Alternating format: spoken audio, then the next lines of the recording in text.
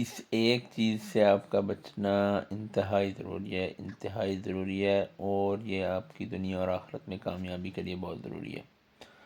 دنیاوی آفت سے، اللہ کے عذاب سے بچنے کے لیے بہت ضروری ہے، اور وہ چیز ہے تکبر۔ میں آپ کو بتاتا ہوں۔ پھر قارون کے بارے میں کیا آتا ہے سورہ قصص میں،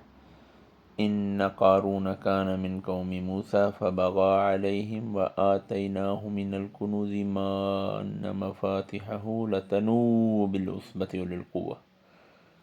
کہ قارون کو اللہ نے جو خزانے دیے تھے اس کی صرف چابیاں جو ہے نا،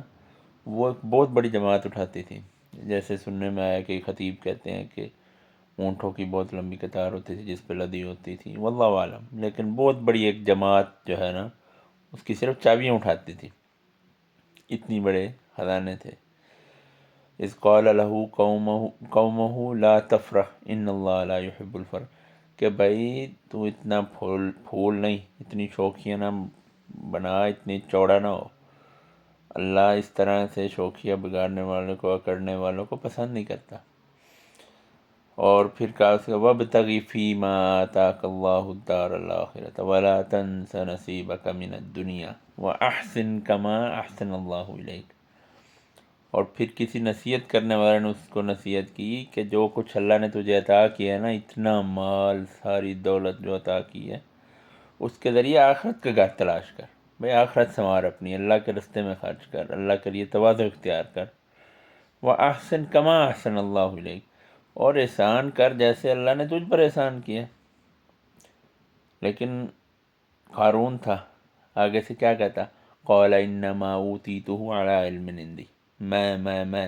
یہ جو کچھ ملا مجھے میرے علم کی وجہ سے ملا، یہ میرا علم، میں یہ تکبر، یہ ایک کلمہ اس نے کہہ دیا۔ ہوا کیا، مطلب دیگر آیات بھی اس میں آتی ہیں، لیکن نتیجہ کیا ہو اس تکبر کا، فَخَسَفْنَا بِهِ وَبِدَارِهِ الْأَرْضَ مَا كَانَ لَهُ مِنْ فِيَةٍ، کہ اس کو اس کے مال متاع، نوکر چاکر، ہر چیز سمیت زمین میں دنسا دیا گیا۔ بات سمجھ آئی ہے؟ اللہ نے آپ کو علم دیا ہے، دولت دی ہے، کسی قسم کی خیر عطا کی ہے، تو اس کی نسبت اللہ کی طرف کریں کہ جو بھی ملا ہے یہ اللہ کی طرف سے، ساری بادشاہیوں کا، خیر کا مالک، خزانوں کا مالک اللہ، یہ سارا کچھ اس کی طرف سے ملا، ٹھیک ہے؟ اور جب اللہ نے احسان کیا، چاہے وہ علم ہے، خزانہ ہے، دولت ہے، کچھ بھی ہے، تو اس کے ذریعے دوسروں پر احسان کریں، اللہ کے رستے میں خرچ کریں، دوسروں کو فائدہ پہنچائیں، اس سے ضرور بچیں، تکبر سے ضرور بچیں۔